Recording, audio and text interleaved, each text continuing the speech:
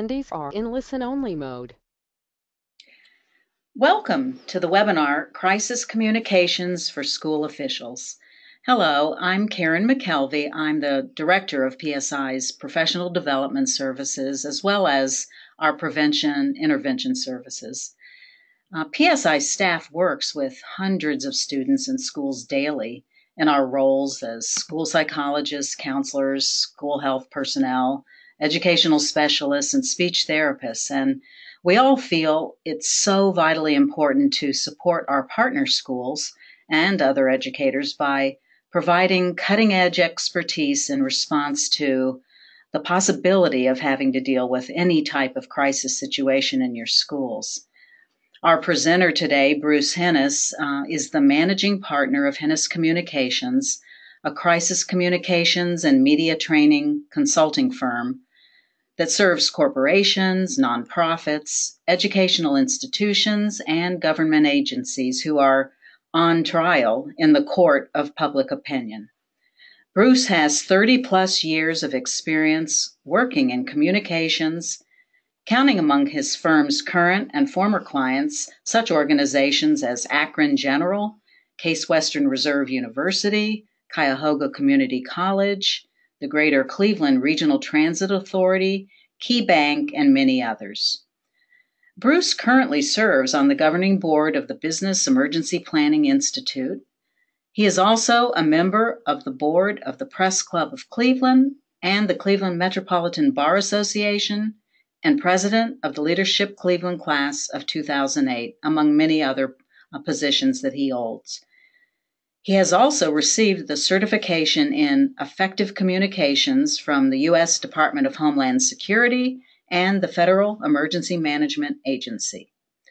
PSI has been so fortunate over the years to have worked with Bruce Hennes, providing information to our partner schools. And I have to say that one of my favorite lines that Bruce said to me at some point, and Bruce, I'm sorry, I'm paraphrasing here, but he said, "I could tell you about my very best work, but because a crisis was proactively and immediately dealt with, you probably won't even realize there was a crisis." During the presentation, the audience will be electronically muted. If you have questions, use that chat function to the right and type it in much like an instant message. Bruce will answer as many questions as possible in the time allotted. We are recording this presentation for those who couldn't register or attend in the live version. PSI's contact information along with Hennes Communications will be on the last slide. And now, on behalf of all of us at PSI, I'm so pleased to present Bruce Hennes.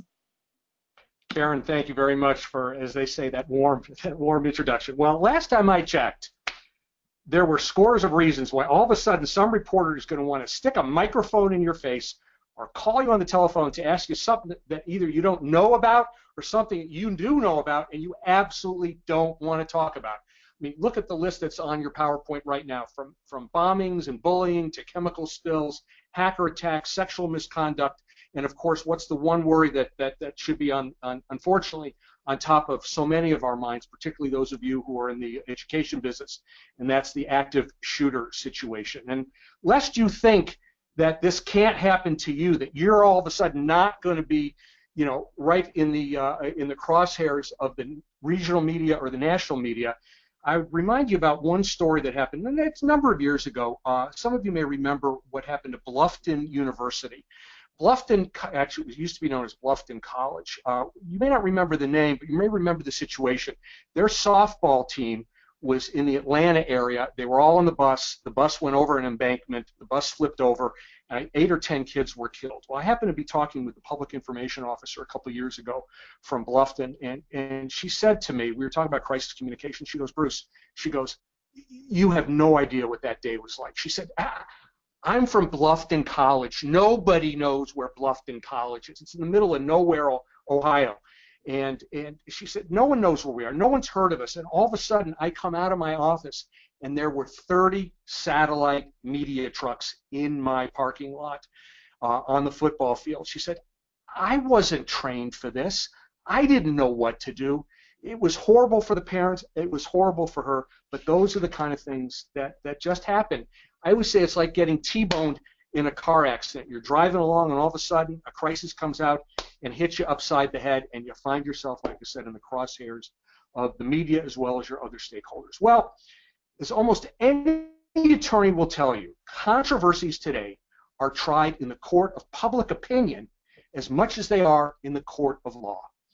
And your school has much to gain or lose by the way a controversy is positioned in the media.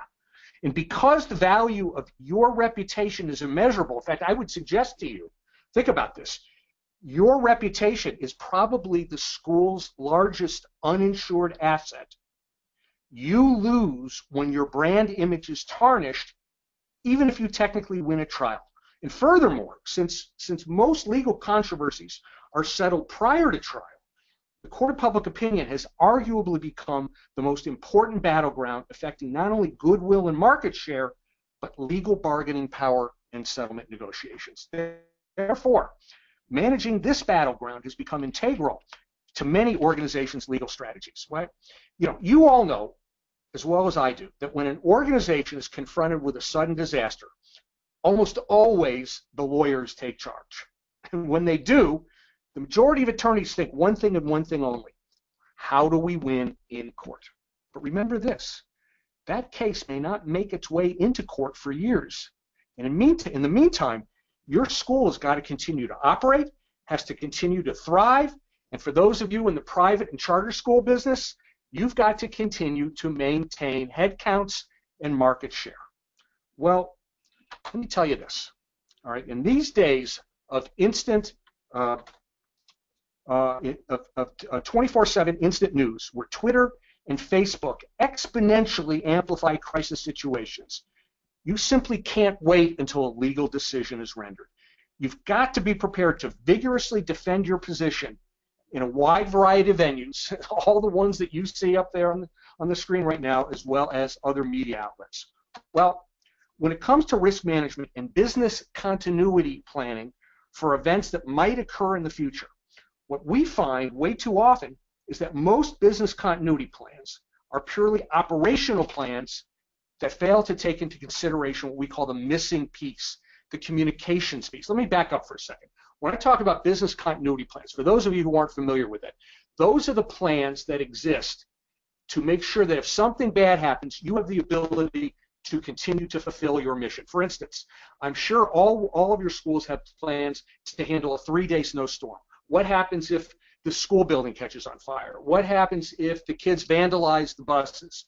Your schools all have plans to where you've pre-identified, you know who the insurance companies are, the board-up companies, you know what phone number to call to get the building reopened, to get school buses for rent. Those are the operational steps that you take. In fact, probably the best known example would be active shooter. I'm sure there isn't a single person on this phone call right now who doesn't know what the plan is if there, God forbid, there's an active shooter in your school. You know what to do, the students know what to do, police and fire. Those are the operational plans. But what most people forget is the communications piece of that plan. That if something bad happens, what do you do? What do you say? Who do you say it? And who do you say it to? Right? And that's what a crisis communications plan does. All right. For example, British Petroleum certainly had plans in place to deal with the possibility of an oil spill. But when they had the disaster in the Gulf of Mexico, it was clear they didn't have a plan to communicate with the public. When top officials at Penn State were interviewed by the grand jury, they didn't come back and develop a communications plan.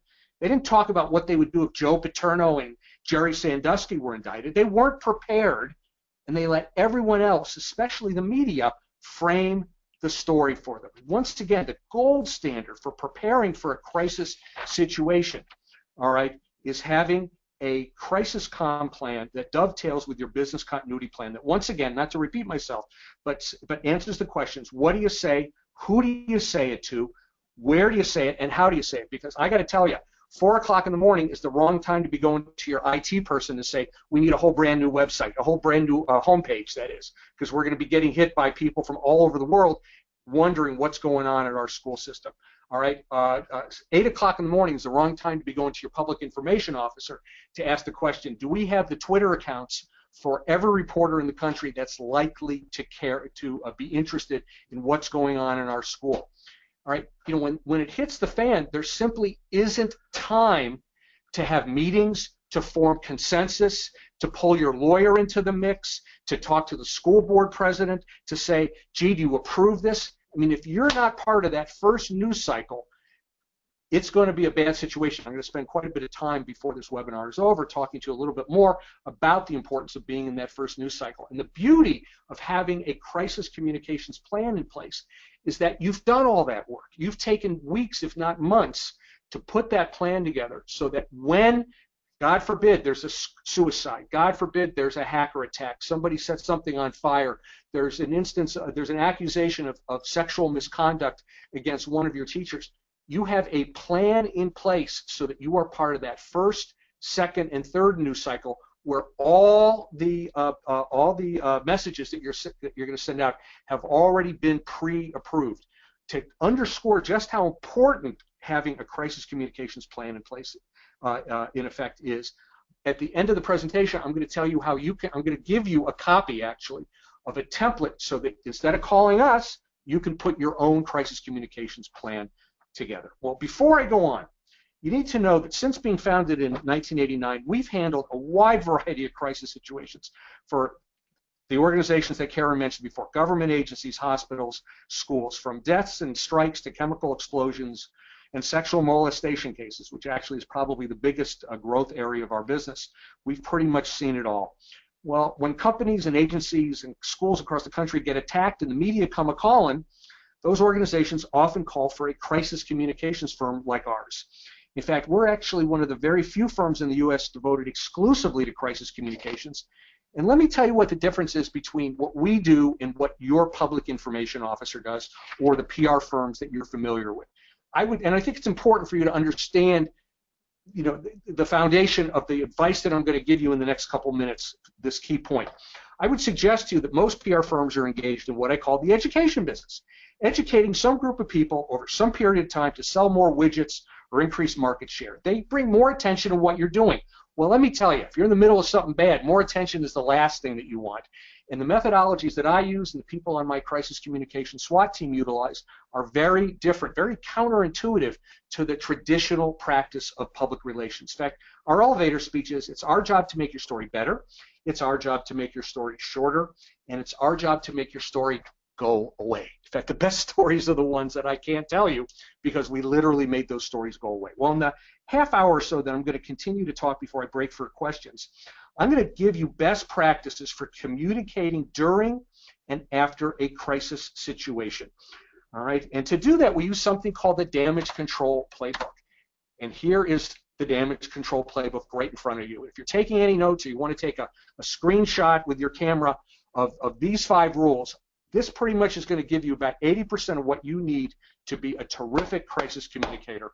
And I'm going to dive right in here and start with rule number 1, which is tell the truth. Tell the truth, tell the truth, tell the truth. Why?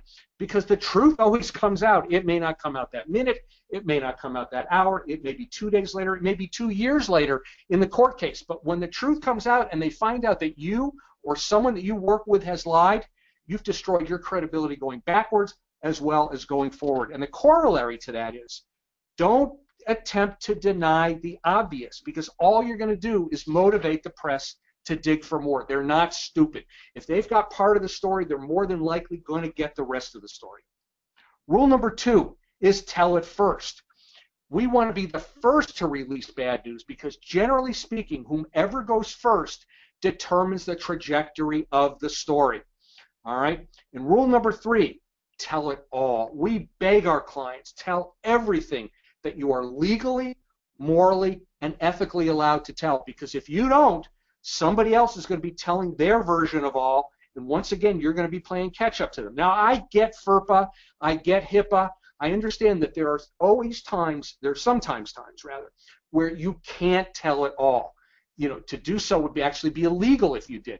But there's always a way to say something, and I'll get back to that in just a moment.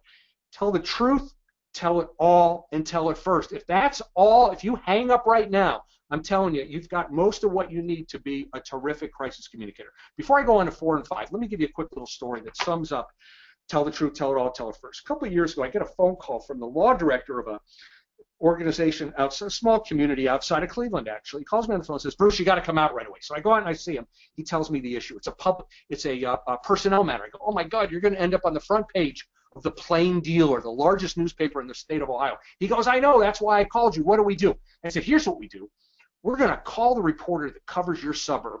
We're going to bring him out to the city hall. We're going to give him the story. We're going to give him everything. We're even going to hand him the personnel file before he or she asks for it. We'll redact what we can redact. We'll take the Social Security number out. We're going to give the reporter everything." Well, the lawyer looked at me like I was insane. He said, "We're going to do what?" And I repeated it. He goes, "We can't do that." I said, "Why?" He said, "I'll look foolish."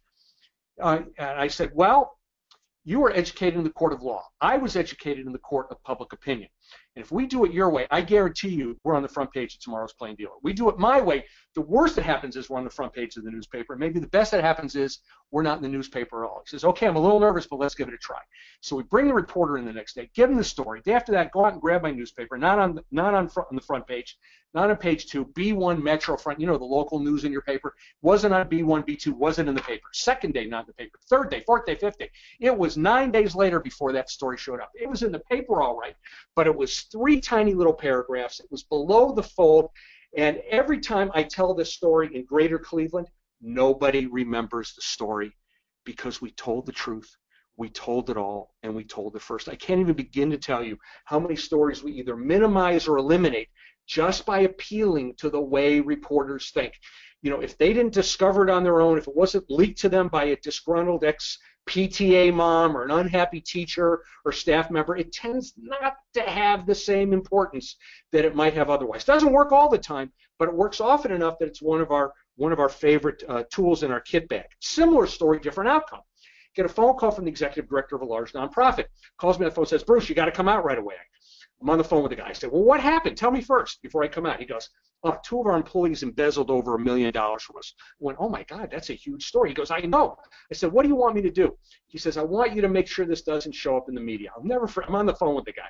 I'll never forget the next part of the conversation. I said, "How many people in your office know about this?" And he goes, "Oh, about 23. I said, "I can't keep this out of the papers. Here's what we're going to do. We're going to pick the reporter that we want to work with at your local newspaper. Because I want to pick somebody who's going to treat us fair, not slanted. I'll take fair any day of the week. We're going to pick the reporter we want to work with. We're going to go into the paper. We're going to give them the story. We're going to give them everything." The executive director says, "I don't know about this. I'm a little nervous, but let's give it a try." So we go into the newspaper the next day, give the reporter the story. Day after that, go out and grab my newspaper. This is not like the story I told you a minute ago. I pick up the paper, page B1, local news, top of the fold, giant headline, only slightly smaller than "Man Walks on Moon." I mean, it was a giant headline, but it was a headline money can't buy. Agency discovers loss, takes action. It was a great headline. It was a great story. I get a phone call the next day from the reporter. She says to me, "Bruce, your client's really smart." And I said, "Why is that?" She says, "Because if he hadn't brought this story to us, we would have stuck it to him." Once again, I'm telling you, tell the truth, tell it all, and tell it first. This stuff works. Rule number 4. You must understand that the media filters. Whenever you filter something, you change the way it looks, the way it smells, the way it tastes, the way it feels. All right, I'll give you an example. All right, reporter comes out to visit you, your superintendent, your school principal, whomever, your board chair. Could be about something good, could be about something bad. Doesn't really matter. They start to take notes. The filtering begins. What goes into the notes, what doesn't go into the notes. What school did that reporter go to? Did that reporter argue with their spouse that morning, or maybe they didn't? All right, then they go back to the office, they put the story together. They hand the story to the editor. Now the editor has it. What school did that editor go to? Is that editor smart enough to say to the reporter, "Gee, I know you've been working on the story for the last 2, 3, 4 days, but if you talk to that executive director, if you talk to someone from PSI, if you talk to that agency head in Washington, D.C., maybe they're not smart enough to do that." All right? Then they start to wordsmith it. Those of you in the audience this afternoon who are wordsmiths, who are writers, know as well as I do. Sometimes you move a comma, you change the thrust of the entire paragraph. Then they put a headline on it. Little known fact, reporters rarely, if ever, write headlines. Headline writing is really an art form in and of itself. I mean, in other words, how do you take a whole long story, and boil it down to just 3, 4, or 5 little words? But how many times have you picked up the newspaper, gone online to see the headline doesn't match the story, that there's a fundamental disconnect between the two? And if that happens to you, all right, or your organization, you've got a problem. And here's why. You read the story, your teachers read the story, your board members read the story, your donors read the story, some of the parents, maybe even most of the parents read the story, but 80 to 90% of the people in the community did not read the story because nobody reads a newspaper verbatim, cover to cover, from one end to the other. Nobody reads the internet from one end to the other, as if that were even possible. What people do is they skim these magazines, these newspapers, the web. They skim looking for headlines that either directly involve them or headlines that highly interest them, which by definition leaves out about 80 to 90% of the people who happen to read that media outlet that day. Same thing with electronic media. What kind of camera angle are they using? What kind of lighting are they using? I bet they've got the right kind of makeup on. For high definition television, you're probably not wearing any makeup at all. All right, what goes into the final piece that ends up on TV, what ends up on the proverbial cutting room floor. Now, the reason I'm telling you about all this filtering stuff, if you will, is because whenever we're called into a crisis situation, the first thing we're thinking is, how do we get your words or your board chair's words or superintendent's words out to the most number of people as quickly as possible with as little filtering as possible? All right, well, one of the ways we do that is live television. All right, with I mean, we love live TV because within reason, we can say whatever we want. I mean, it has to be a nice, tight soundbite. We don't control what comes before it or after it, but for at least 5 to 8 to 10 seconds, we can say whatever we want. But more often than not, we're either not going to get a shot at live TV, or we know that the TV stations and the newspapers are coming to beat the you-know-what out of us. So we start to think to ourselves, how do we go around the media filter and talk directly to what I call our sub-audiences? I mean, let's back up for a second. If you're talking to your local TV station or your local newspaper, you're talking to a mass audience, all right? We love mass audiences. Lots of people reside within mass audiences. But within every mass audience, you have a group of what we call sub-audiences. All right, think about it. Something happens at your school. Think of all the different sub-audiences that you have. You've got teachers, you've got support personnel, you've got front office people, you've got students, you've got parents, and maybe grandparents. You've got funders to the school, you have suppliers to the school, you've got school board members, city council people, county commissioners, state regulatory authorities, people who live within a 1-mile radius of the school. I mean, I could go on and on and on. For any given situation, you have between, whether it's I'm talking about a school, whether I'm talking about a private company or a nonprofit, for any given situation, there are always between 10 and 20 different and identifiable sub-audiences. So we start to think to ourselves, how do we go around the media filter and talk directly to those sub-audiences without being filtered at all? All right. Well, one of the methodologies we use for that is POTS, plain old telephone service, picking up the phone, calling people. That goes around the media filter. Snail mail, U.S. mail, meetings with people, 1-on-1, 2-on-1, 10-on-1, billboards, faxes. That all goes around the media filter. Media doesn't touch those. And of course, we've got the internet. We've had, I think I got my first email address close to 25 years ago now. So we've got email that goes around the media filter. We've got social media. We've got Pinterest. We've got Instagram. We've got Facebook. We've got Twitter. And what we find when we utilize these methodologies that go around the media filter and we use them fast, what we find is if we can get our side of the story out to the people whose opinions we care about the most, they may not believe what they see on TV that night or what they read in the newspaper or online the next day. I got to tell you, I have client after client after client across the United States, actually across the world, We've got clients all around the world who are getting the crap beat out of them, and they don't care. I shouldn't say they don't care. I mean, every superintendent wants to be loved. Every board chair wants to be liked. Every company owner wants to be respected. You know that. But our clients are almost bulletproof from the criticisms that they're getting because they got their side of the story out to the people whose opinions, the sub-audiences, whose opinions they value the most. I'm telling you, tell it first, tell the truth, tell it first, tell it all. Once again, this is powerful, powerful stuff. Rule number 5.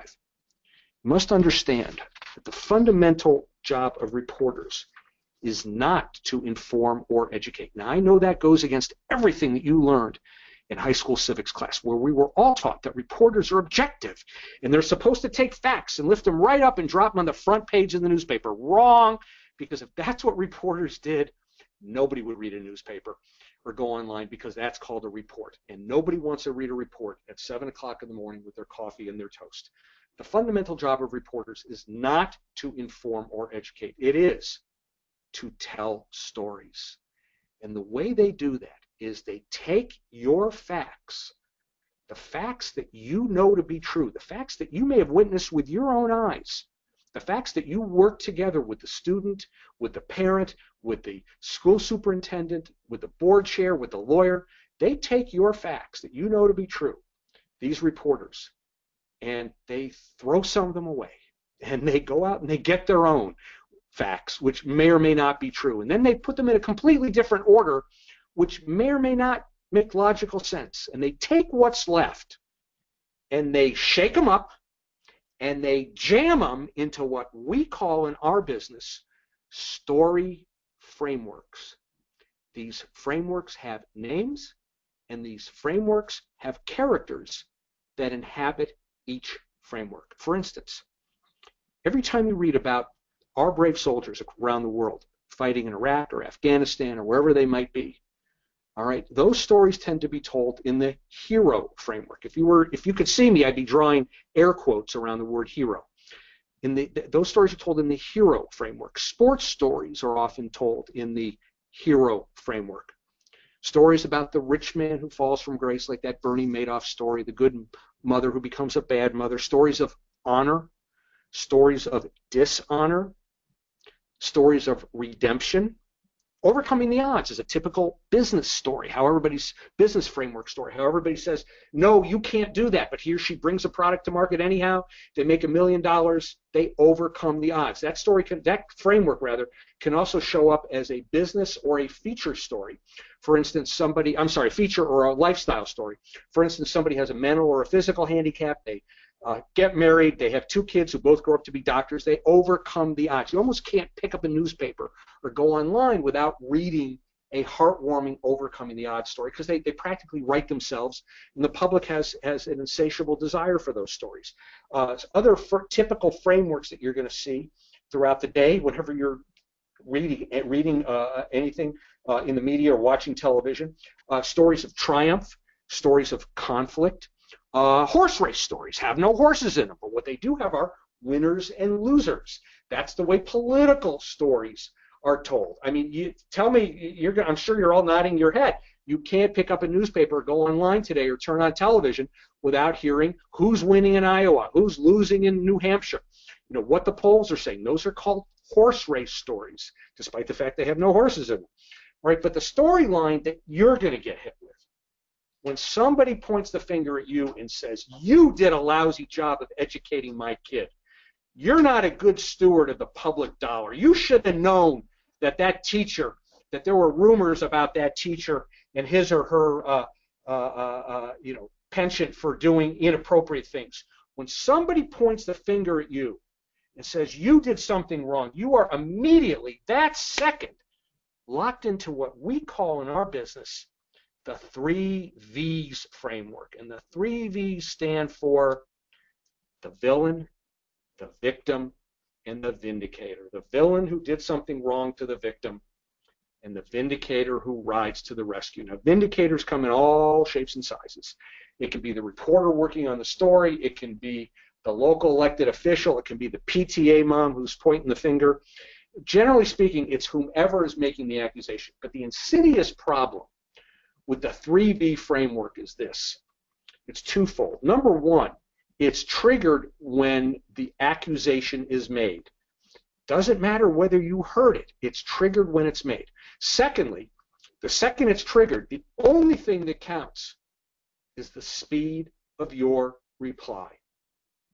Give you an example of what I mean.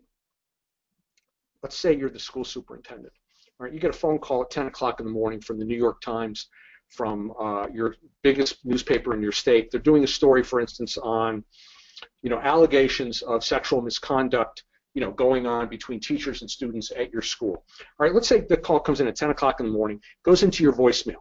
You pick it up at 11 o'clock, all right? When you hear that message, what are you more than likely to do? All right? Now, if we were all together, I would ask for, I'd ask for people to shout out what they would do. But the answers that I usually get when I do this seminar is almost everybody says they would call somebody else. They would not call the reporter back. They would call their board chair. They would call the lawyer for the school district.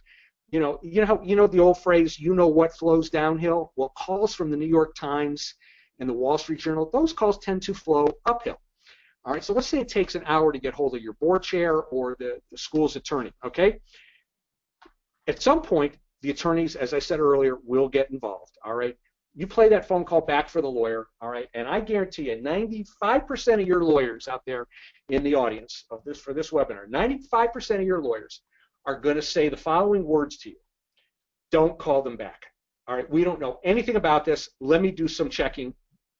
I'll get back to you. Takes another hour or two. So meanwhile, it's 2 or 3 o'clock. Lawyer calls you back, says, this is very complicated. I got this handled. Let me call the reporter back. All right, now, folks, if you thought you had a problem at 10 o'clock in the morning, it's now 12, 1, 2, 3 o'clock in the afternoon. You have an even bigger problem because think of this. The reporter called you first thing in the morning. 1, 2, 3, 4, 5 hours later, that phone call is returned by a lawyer. I don't care how many degrees from Harvard, Yale, and Princeton your lawyer has. That reporter knows they've got a story. It just makes them dig harder. I have to tell you, I often teach this class, particularly when they're large groups. I'll have a reporter in the room because they want to come see what the spinmeister guy is telling them on, is telling the audience on how to manipulate the reporters. And for the last half hour, they've been typing away at their word processor, typing down every word that I've been saying, looking down at their screen. And 100% of the time, when I say the words, reporter calls you at 10 in the morning, a couple hours later, that phone call is returned by the lawyer. It just makes the reporter dig harder. They will look up at me and give me 2 thumbs up, with a great big smile, because that's exactly the way their brain works. And then the lawyers make it even worse by saying things like, well, I'm sorry, we can't comment on that. It's a matter under litigation. Or even the other stepchild to that is, well, couldn't be reached for comment. Come on, folks. When you see the words couldn't be reached for comment or refused to comment in the newspaper, what's the first thing you think of? Guilty, guilty, guilty. All right, so meanwhile, it's on the 3 o'clock blogs, it's on the 5 o'clock blogs, it's on the 7 o'clock news, it's on the 11 o'clock news, it's in the newspaper the next day, and let's assume for a second that you're not the villain, that you have done absolutely nothing wrong. If, in fact, not only you might even be the vindicator, let alone the victim, but you're not the villain.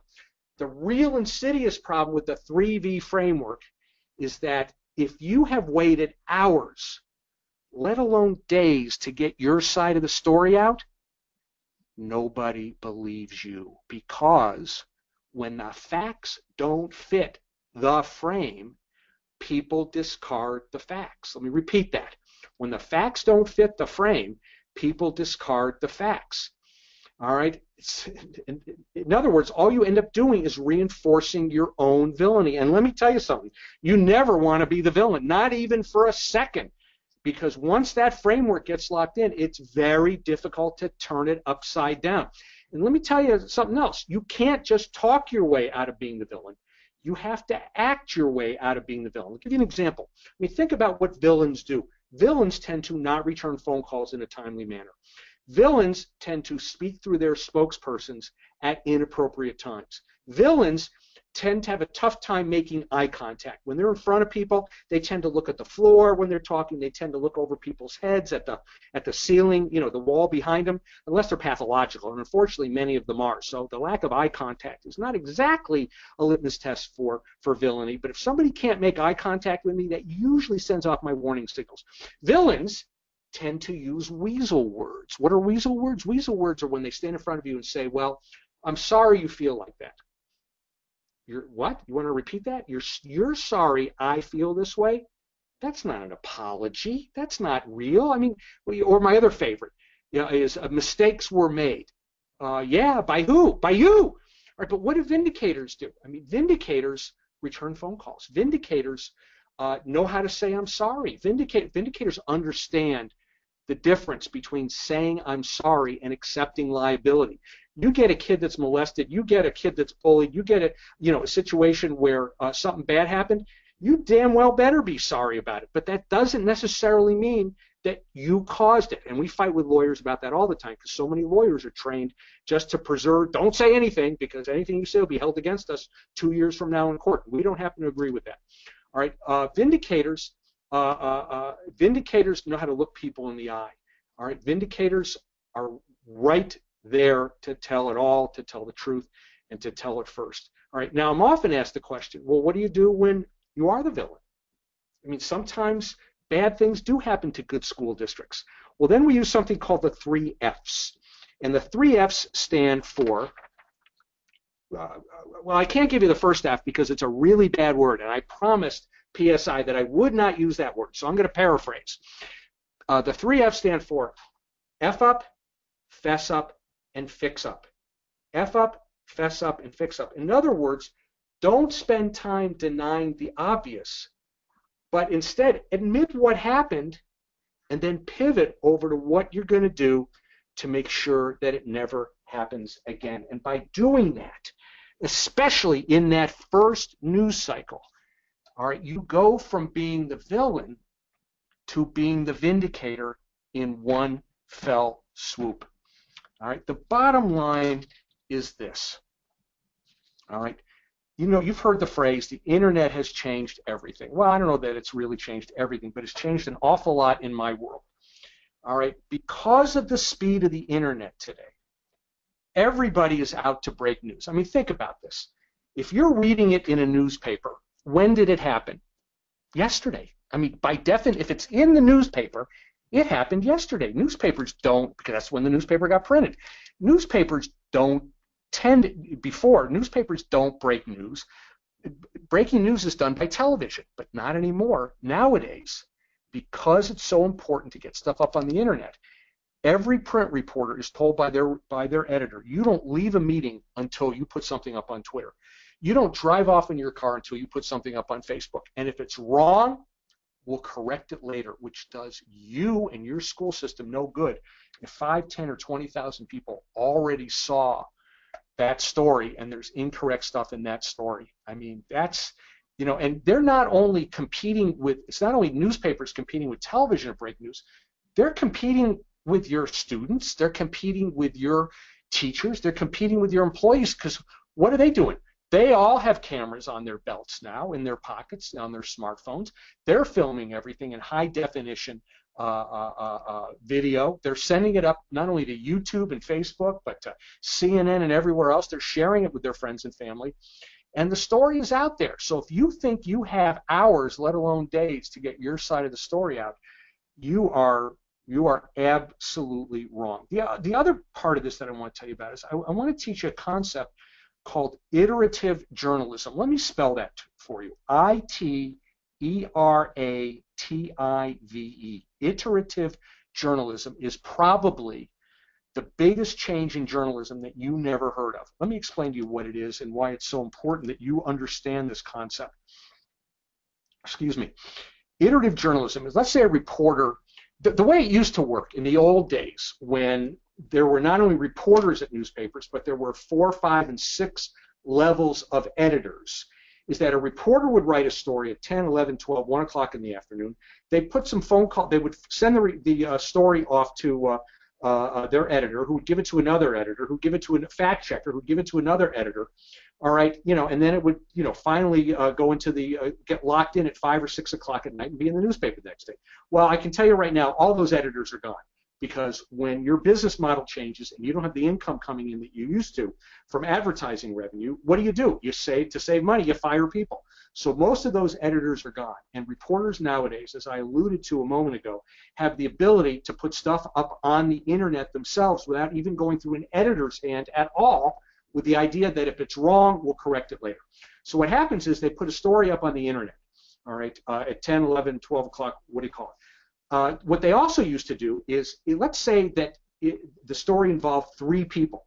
The reporters would put a phone call into those 3 people, and they would sit there and wait all day long for those 3 people, or at least 2 out of the 3, to call them back so that they could write their story. Because if they submitted a story to their editor that didn't have those voices in there, those quotes in there, every editor that I've ever met in my life would say to the reporter, your story's not ready. We're going to hold it for tomorrow or for the next day. You can't, that doesn't happen anymore. What they're going to do is they're going to put a call into 1, 2, or 3 of you, all right? And if you don't call them back in 15 minutes, they're going with the story anyhow. So let's say a half hour later, you get the message, you call the reporter back to give them a quote or to correct something that's incorrect in their story. They'll put the quote in, they'll make the change, all right, to the online story. I'm sure you're all familiar with this. You've seen that happen on the blogs that you all watch, all right? But think about this. So they've made the change. They've made 1, 2, 3, 4, 5, 10 changes over the course of 1, 2, or 3 hours of the original story. But let's back up for a second, all right? Where do most people get their news nowadays? Most people, the majority of people get their news from their smartphone. This year, within the last 12 months, studies have shown that it finally tipped over that more than 50% of the people get their news from smartphones and not from television or from traditional media outlets or even their desktop. They're getting it on their cell phones. Now, tell me if I'm right. You see a story on cleveland.com, ohio.com, indiana.com, your local newspaper.com. You read a story about something that happened at the school district next door to you, all right, at 10 o'clock in the morning. Do you go back and read that story at 10:15, 10:30, 11 o'clock, 11:30? No, you don't. You already read that story. So if the story gets changed throughout the day, it doesn't get seen by all the people who saw the original story. That's called iterative journalism. All right, and that actually is being embraced by reporters and editors across the country because they're saying, hey, the first time we put it up on the web, that's just the first draft. And then we'll do the second, third, and fourth, and fifth drafts, which again does you no good. All right, no good at all because so many people have already seen that wrong story. So what we tell our clients is we tell them 2 things. Number 1, the minute you see something wrong on a website, on a blog, you've got to immediately go in and change it. Either get the media outlet to change it, or you put something up on the web yourself or on the blog to show that it's been changed. Then, even more important, if it's a substantive change, demand from the reporter that they file a new story. You don't want them to update the story. You want a brand new story with a brand new headline. Like I said, I doubt that hardly any of you have heard of iterative journalism, and I'm sure none of you have heard of what the fix is. But if you don't know how the game is played, you're going to get nicked. The bottom line is this, and I'm getting ready to stop just in another minute or so, so we have time for questions. The bottom line here is this. Because of the speed of the internet today, reporters are not out to get the truth with a capital T. And it kills me to tell you that because I was brought up to revere Woodward and Bernstein, back, during the Nixon administration when they sparked tens of thousands of kids going off to journalism school to fight the good fight, to practice traditional journalism that uncovered corruption, that uncovered untruths, that spoke truth to power. That's what journalism used to be about. All right, but nowadays, because of the speed of the internet, what they're out to get instead of the truth, this is most reporters, not all, what they're out to get instead of the truth is a video clip or a sound bite from you that reinforces the role that they want you to play. In other words, if they arrive on campus or they call you on the phone about something controversial, they want you to push the camera out of the way. They want you to have somebody who's not trained in how to talk to reporters. They want you to say something stupid or to deny something or say no comment because it just makes their story easier to write. And you totally messed with their head when you admit what happened and then pivot over to what you're going to do to make sure it never happens again. These are the steps we're going to take. Now, you're still going to hate the first half of the story, but you actually end up forcing them to write a story that positions you as the vindicator, all right, when you do it like the way I'm suggesting. I'm going to go ahead and pause here for questions and answers, and then I'm going to tell you about my handouts right at the very end. All right, so I'll turn it back to you, Karen. Okay, thank you so much. We have received a couple of questions. Let's start with this one. If you had Volkswagen, for instance, as a client, what kind of advice would you give to them? Well, actually, by coincidence, that has been coming up at seminar after seminar that I've been doing. What advice would I give to Volkswagen? I'm going to tell you, and I'll be very blunt about this. If Volkswagen came to me and offered me a $100,000 a month consulting contract, I would turn them down. And that's a lot of money in my business. I would turn them down because, to be very candid, Volkswagen does not have a communications problem. Not at all. Volkswagen should not be sitting there thinking, what do we tell people? Right now, what Volkswagen needs to be doing is, what do we do? I mean, how do we ferret out why this happened? Who gets fired to make sure this not only never happens again, but in our business we have a phrase called the gods sometimes demand a sacrifice. I think only 1 or 2 people have been fired so far, and this was endemic. They had been cheating on these tests for years and years and years. I got to believe hundreds of people knew about this. Think about all the people across the world who bought those cars thinking that they were greener than anybody else's cars, and now they find out they're the dirtiest cars on the road. How do you compensate those people? No. Volkswagen doesn't have a communications problem. Volkswagen has a performance problem. We were getting, a couple of years ago, we were getting the same questions from people about Jerry Sandusky and Joe Paterno at Penn State, saying, well, what should they do? What should they say? What should they say? It was the same thing there. When you have powerful people who are engaged in sexual misconduct with children, and you know about it, and you didn't do something about it, you don't have a communications problem. You have a performance problem. We have a phrase in our industry, and then I'll stop talking in a second. We have a phrase in our industry that says you can't talk your way out of improper performance. You can't spin your way out of bad. I'm sorry. You can't spin your way out of bad behavior. I blanked on the actual phrase. You can't spin your way out of bad behavior. If you're doing something wrong, anything short of fixing it and pivoting over to what you're doing to make sure it isn't going to happen again is nothing but spin, and spinning is lying. More questions? Okay. Thank you for answering that one. We've got something here, Bruce, that you spoke a little bit around, but it is a question that came in from Brenda.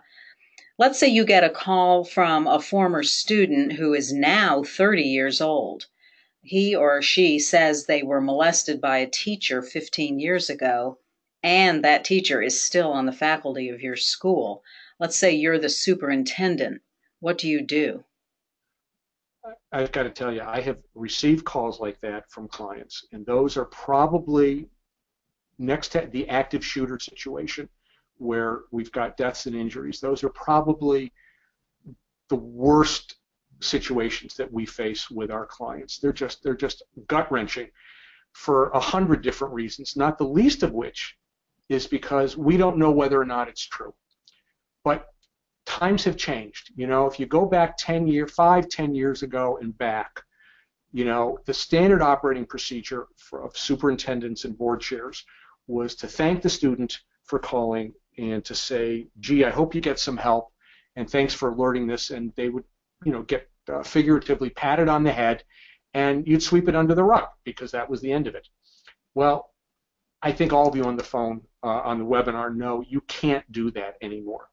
You have to take these things very, very seriously. And what we always recommend to our clients is that they do two things immediately. Number one, I mean, besides the obvious, which is to, notify your board chair and internally, whomever you report to on things like this.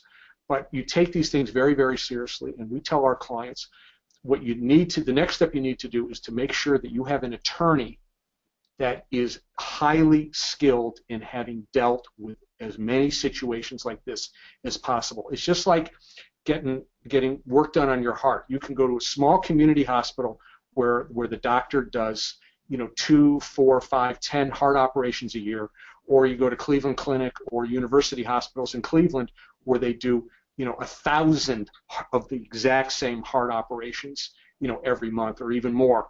You really want to engage a specialist in sexual misconduct at the K through 12 or higher level, because there are a whole lot of do's and don'ts, and a good attorney is really, really going to guide you through something like that. A business lawyer, a lawyer with a lot of experience in HR, if they don't have solid experience dealing with sexual misconduct, you really are asking for a problem down the road. The next thing we encourage our clients to do is to notify police. I realize, that starts a whole chain of events.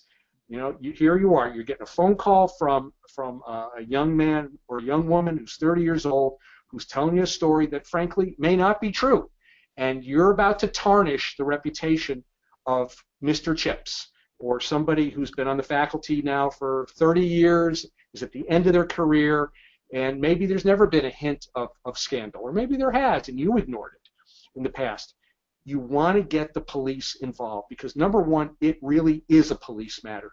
A crime has allegedly been committed. You cannot investigate your own situation like that. Plenty of schools try to do that.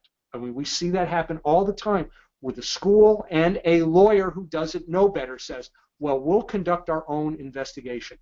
You are being led down, I'm going to tell you, you are being led down a primrose path, because you don't have arm's length, the ability at arm's length to say this was not our investigation. You want the police involved, because no matter where those chips fall, you want to be able to say, we did the right thing, we notified the police, it's a police matter. That way, when the questions come afterwards, in the days, weeks, and months afterwards, anything related to sexual misconduct in that particular teacher, you have the ability to say, I can't comment on that, that's a police matter. But what I can tell you is, here's what we did from the second we got that phone call from the student whose name we're not releasing. Here's what, even before we got the report back from the police, here is the training. We started new training. We brought somebody in from the outside to do additional training with all of our staff about what to look for. We use the opportunity as a teaching moment. Even though we're very quick to say at the beginning, we have no evidence to say that teacher X was involved in this. We have no, at this point in time, we can't talk about, we don't know anything. Again, it's a police matter, but we're not standing still. We're going to use this situation as a teachable moment for our children to teach them what boundaries are. I mean, I could go on and on and on with the type of response that we often recommend to our clients when those calls come in. But please, without repeating myself, the takeaway here needs to, I hope, with all of you in the audience right now, is to take these things seriously. Don't push them off. Yes, you're going to end up having to put on paid leave that teacher, and that's a tough thing to do. That is a really tough thing to do, especially if in your heart of hearts you know that the accusation's not true, and it could very easily be false. But nowadays, you really don't have a choice, because you cannot have somebody turn around, particularly if it turns out that it was true. You cannot have someone turn around and say you didn't take that 30-year-old man or woman's charge seriously. Otherwise, what role do you begin to play right from minute one? You're going to be the villain. And I hate to tell you this, just because you're the principal, because you're the superintendent, because you're the board chair, you actually start off in most cases being the villain. All right, you got to get out of that role as quickly as possible. Okay, fascinating information. We've got a question here from Richard. How would you have handled the Sebring water crisis? Once again, that's exactly the same situation that we had with Volkswagen and the other examples that I gave. You had people who knew. They knew it was a bad decision, and they knew it quickly. All right. I mean, heads are at this point. It's not about what they say. It's about where are they going to find them. Where are they going to find the money? They've got to find the money. They've got to replace these water pipes. They've got to replace the water tanks in everybody's home. They've got to replace the washing machines in everybody's home. They're going to be on the hook for getting testing and for providing remedial medical coverage and remedial education for kids whose growths have been stunted by the lead in the water. I mean, this is going to be a never-ending story probably for the rest of our lives. Yes, they hired a crisis communications firm. The city of oh, you're talking about Sebring, Ohio. Well, it's the same story there. I'm sorry. I was thinking Flint, Michigan, but you mentioned Sebring, Ohio, and I'm sorry I got the two. That story, for those of you who aren't aware of it, we've got a situation like Flint, Michigan, brewing in this small community called Sebring, Ohio, outside of Youngstown.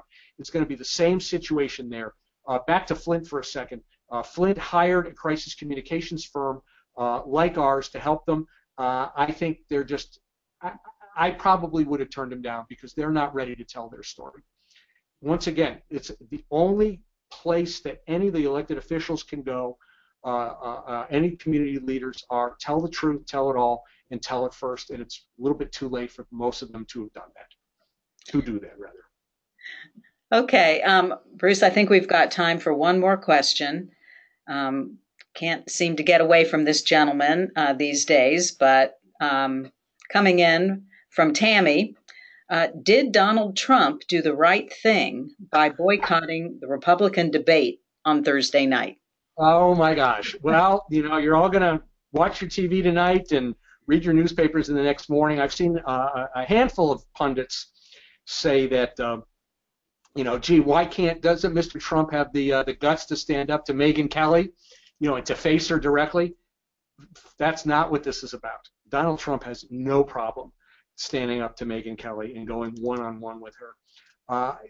I hate to say it, and I'm really not making a political statement when I say what I'm about to say, but we're in the world of wide world of wrestling here, where you have a villain, you have a victim, you have vindicators, and Trump is trying to play the vindicator role to the hilt, and he is declaring himself temporarily to be the victim.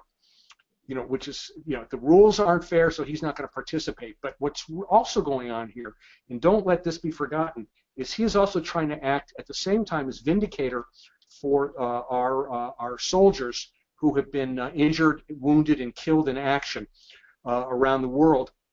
He wants Fox to pay big dollars because they're going to make big dollars on the advertising because of so many viewers if Trump participates. He wants Fox to write a whopping big check to some of those charities. In fact, I wouldn't be surprised if by late tonight that they don't compromise and Fox ends up writing that check. I still think there's a possibility that he's going to be in that debate. And if he isn't, he's going to stage a counter event that raises money for those soldiers. And he's going to just blow Fox out of the water. I think it was a brilliant strategy. Do I think it represents good judgment? No. Do I think it represents good government and good governance? That it's gonna this type of thing is going to help him be a better president should he become president of the United States? No. But is it good politics? I don't know. It's certainly interesting politics. I think I'm going to go ahead. We're just about out of time. I want to talk just real quickly, if I can, about the handouts that I've got for you here. Karen, I think what we're going to do is make them available by email. Is that what you wanted to do? What we're going to do, we are recording this webinar, and we will post it on the PSI website. And at that point, we will also post your handouts so they can download them at that point. Okay, and the two handouts that I have are, one handout is that template that I talked to you about at the beginning of my presentation that talks about how to put together a crisis communications plan. Now, that plan can be what we call an all-hazard plan, where it's everything from 3-day snowstorms to hacker attacks and sexual molestations and everything in between, or it can be a single issue plan that 3 months from now you're going to have a work stoppage, or that the teachers are going to have a problem with renewing a contract. There's no excuse for not having a plan that anticipates all the questions that are likely to happen and rolls out how you're going to tell people when and where. Would love it if you certainly call us to help you write that plan, but I'm going to give you a template that you can write your own plan. The second thing I'm going to give you is a handy little wallet card. I think it actually prints out full page, but the actual card, if we were doing this in person, is the size of a wallet card that kind of folds over. And it's my entire presentation you're going to find is on this little handy dandy how to handle an attack from a reporter little wallet card. There's a lot of things on there I didn't get a chance to cover. We cover those in our longer seminars, but you're all pretty smart and you'll figure that out. The last thing I want to tell you, so those are the two big handouts. The last thing I want to tell you is, and it's on your screen right now, if you liked what you heard here today, we send out a crisis communications, our Crisis and Reputation Today newsletter. If you'd like to get that newsletter, please send me an email address at hennes@crisiscommunications.com. Again, it's right on your screen there. The newsletter is exactly this, an extension of this class. A best practice link.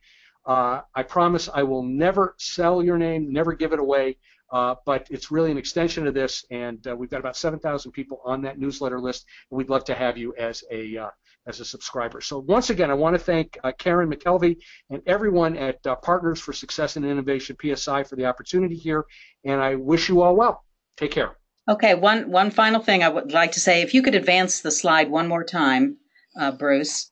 I did want to say that at the completion of the webinar, as soon as we log off, those of you who have participated, you'll immediately receive a survey.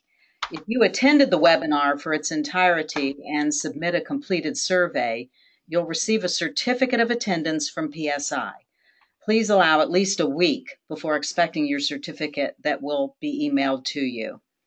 The handouts that Bruce alluded to, as I said, will be on the PSI website along with the recording. Again, it will take maybe a day or two to get that recorded and uploaded to our website.